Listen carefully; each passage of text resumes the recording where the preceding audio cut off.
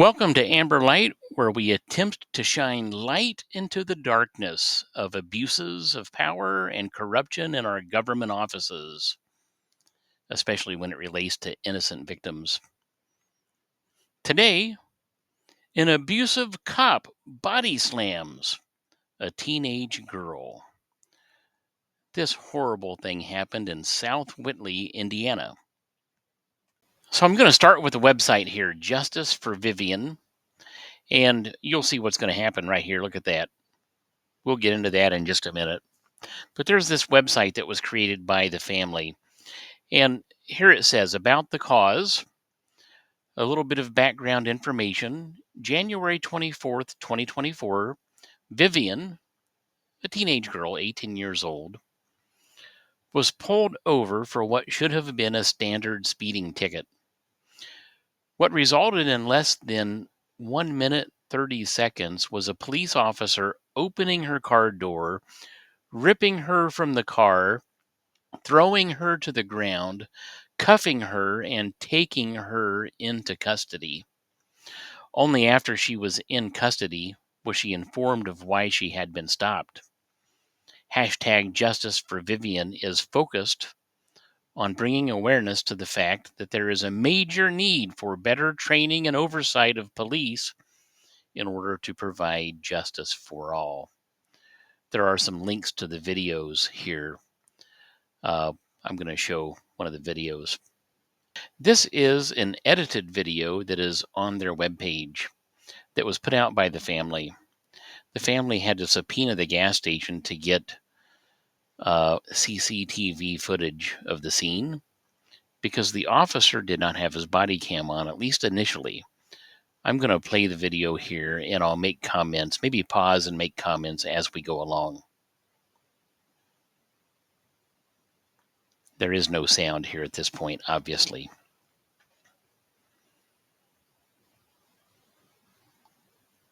South Whitley, Indiana isn't too far away from where we live. It's a small town. Have been through there a number of times on our way to Fort Wayne.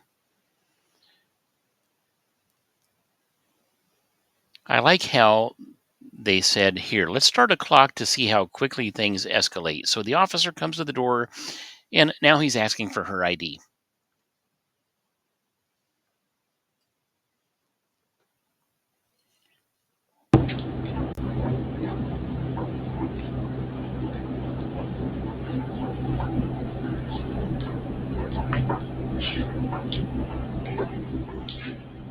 Keep in mind that he does not have his body cam on here, so there's really no way to tell what's happening other than the officer's testimony.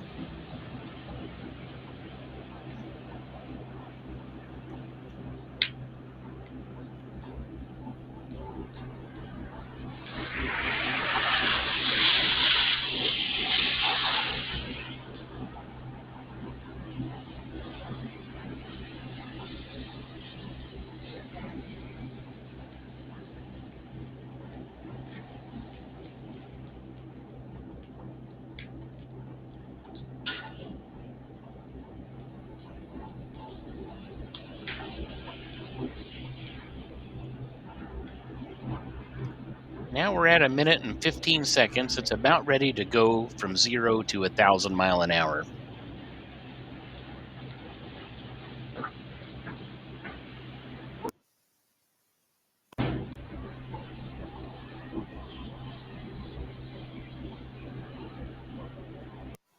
I'm going to pause that here for a second. So, it looks to me like it starts about 1 minute and 20 seconds when he really starts to get aggressive. Earlier, I did not pay attention to the timestamp, but the officer opened the car door. The girl didn't. You can kind of see how her windows open. It's cracked. It's maybe got, 4 or 5 inches open. Her father, who I also understand that this girl's grandfather, I believe, was a retired officer. So this is a family that respects the police. I'll also comment, this was the first time young Vivian had ever been pulled over in her life, so she really doesn't know what to do. Now, her father did counsel her to kind of keep your window cracked a little bit. Don't open it all the way. Keep it somewhat, to where you can hand a license out or something. But, she's just kind of following the advice of her dad here. The officer has now placed Vivian in the back of the patrol car, and I'm just going to play here. Okay. I'm going to read you your Miranda rights, okay? I have to read these to you since you're in custody, all right? This is your Miranda warning. Before we ask you any questions, you must understand your rights. You have the right to remain silent. Anything you say can and will be used against you in the court of law. You have the right to talk to a lawyer for advice before we ask you any questions and have them with you during questioning. If you cannot afford a lawyer, one will be appointed to you before any questioning if you wish. If you decide to answer questions now without a lawyer present, you also have the right to stop answering at any time. You also have the right to stop answering at any time until you talk to a lawyer. Do you understand your rights? Okay, I'm going to pause it here for just a moment to comment. I've seen this, so I want to prepare you kind of what to listen for. By what I perceive, anyway, you can tell this officer is angry. Just his voice cracks. He is worked up. If you disagree with me, let me know what you think. I'm going to go ahead and play it here. I'm not going to ask you any questions right now. What I am going to tell you is you were pulled over for your speed and your headlight, okay? Your speed was 37 and 30, not that big of a deal, and your headlight was out on your driver's side. Just pulling you over to let you know. If you would have just given me your license and your registration like I asked you to do, you would have gone away with a warning tonight, okay? But however, since you decided to pull this right here, where you don't want to comply, you don't want to give me your ID, and you think you're going to run the scene, you're now going to jail. Do you understand? I was trying to give you my ID. You were not. How many times did I ask you? You were not. I've got a body cam on. It will show you not pulling your ID out. When I ask you to step out of the vehicle, you step out of the vehicle. You don't get to sit there and tell me how I'm going to do my job. Do you understand? Yeah, let's just slam the door on her. Do you agree? This guy he's frustrated, and he's lied to her. He's said, I've had my body camera on. Maybe he's so angry and worked up that he forgot to turn it on. Let's give the guy the benefit of the doubt, maybe. Or is it perhaps that he intentionally left his body cam off? You heard her say, I was trying to give you my ID. He pulled her over for a simple traffic infraction. She was going 37 miles an hour in a 30, and she had a headlight out. I don't know about you, but my rule in driving in Indiana is, hey, if I'm like 9 miles an hour over the speed limit, I'm probably okay. So he pulls this little girl over for 7 mile an hour over and a headlight out, and then he treats her like this. So by now, another officer has shown up, and this other officer seems to be much more level headed for the most part. But uh, even still, there's some things I could critique about him, but I'm not going to go there just for time. It sounds like he was also a resource officer at the school, so he knows the family and knows the kids. But he's going to, check in with his partner, with this, abusive cop. Interview him. He just asked him, "What do you got?" And now we're going to listen to the cop explain what happened by his perspective, and you're going to see again just how worked up this guy is. Just watch. Pull over for headlight and speed. Okay. Cracks her window. Ask her to roll it down the rest of the way. Cracks it another half inch. Ask her to exit. She refuses to exit until I tell her why. Tell her about 4 or 5 times to exit the vehicle. You don't want to go down this route. Refuse to exit. So, pulled her ass out, put her in an arm bar, slammed her to the ground, got her in custody. How old is she? She said she's 18. Okay. So yeah, pulled her ASS out. You know, just he's worked up. He feels like he's been snubbed. And I would say perhaps because we know her dad coached her about, hey, just roll your window down a little bit. When the officer said, get out of your car, did he have any reasonable, reason to ask that question? Any kind of probable cause? I've been pulled over in my life a few times. Probably all of us have. I've never once had an officer ask me to get out of the car. And keep in mind, this is a girl who had never been pulled over before. She's probably nervous. She's a high school kid. It sounds like her driver's license was in her lanyard that she wore around her neck with some other things, and she was trying to dig that out. So I'm going to back up just a moment to his body cam. After he pulled her out and body slammed her on the ground, he turns his body cam on and walks over and picks up her license off of the ground.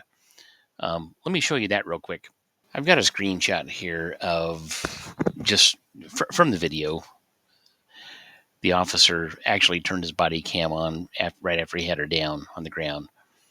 So I might have been mistaken earlier when I said he waited until he got her out of the car. But you can see by this picture, she's freshly on the ground, and lying out in front of her is some of the things that I assume she had in her hand, and the driver's license is one of them. So, yeah, it looks to me like she wasn't, refusing to identify. Now we have the body cam of the officer walking back after she's in the car. Yep, there's her license. This abusive cop pulled this teenage girl out of the car, slammed her on the ground, charged her with refusing to identify, or at least allegedly made that claim. And the evidence suggests that she was, she had her ID in her hand. She's a nervous girl. She's never been pulled over before. And it all happened. It just, from the time she was pulled over until the time she's on the ground, a minute and 30 seconds. And of course, I've said earlier here that the officer did not have his body camera on. He's going to now sort of passively make a statement. Oh, yeah, I just forgot, right? But then watch how he treats this ordinary citizen who's just a customer in a gas station who is now trying to leave. Again, another example of how just, I don't know, over the top this officer is with the way that he treats people. She's 18. Okay. So she's going to go to jail. Of course, my body cam didn't turn on when I told it to. You're going to have to back out there. Not plug up the whole damn parking. Okay, well, the problem here, sir, is that she pulled in here. I didn't pull her in here, so get off my scene. Get off my scene. You see that? This guy's just trying to leave. Pulls out. He complains. He's got a right to complain as a citizen. You guys got the whole parking lot blocked off here. Well, and then he blames her. She pulled in here. I didn't pull in here. Get off my scene. Yeah. Yeah, Rich. Thankfully, this police officer, I understand now, has been fired. And, thank God for it. We don't need public officials, police officers, agents of the government treating people this way, violating civil rights. And I think that's exactly what's happened here. On the website Justice for Vivian, there is a petition where you can sign.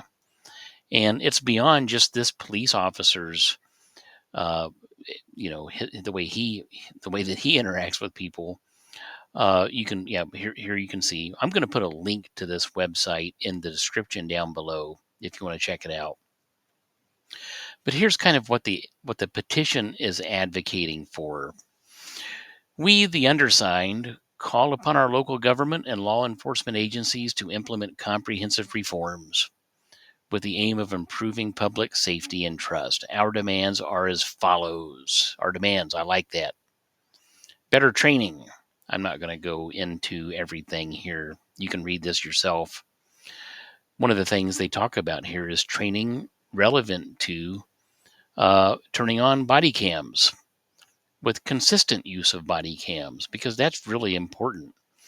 Continuous education around de-escalation. Time and again, I see this again and again as I'm doing these videos. A lot of problems start with police officers who cannot control themselves. Better policies. So, first of all, better training, better policies. I like what they're thinking here. There needs to be some accountability for officers, policies, procedures, things like this, disciplinary action, and then, of course, better leadership. And I think that's right. This culture starts with the leadership. Any business organization, company will tell you that if you work sort of in the business, sector of the world. Leadership creates culture, and leadership situations that enable abuse will deliver abuse, and then ultimately better communities. And I like how this wraps up. I said kind of early on, this was a good family. This is a family that, the grandfather was a police officer. They care about the law. They care about their community. Their goal here, let's make law enforcement the honored and respected profession that it once was. You know, I'll share with you real quickly before I wrap this up. My brother-in-law is now retired, but he was a police officer. And, somebody that I love, respect, and admire. Gee whiz. Now, in today's world, I think that police, law enforcement in general, especially here in the state of Indiana, time and again, case after case after case, we just see abuses of power. And that's what this channel stands for, to shine light into the darkness here, to advocate for victims' rights and accountability when there are abuses of power. Hey, thank you for watching Amber Light, and hopefully you will subscribe or like for more videos. Thank you.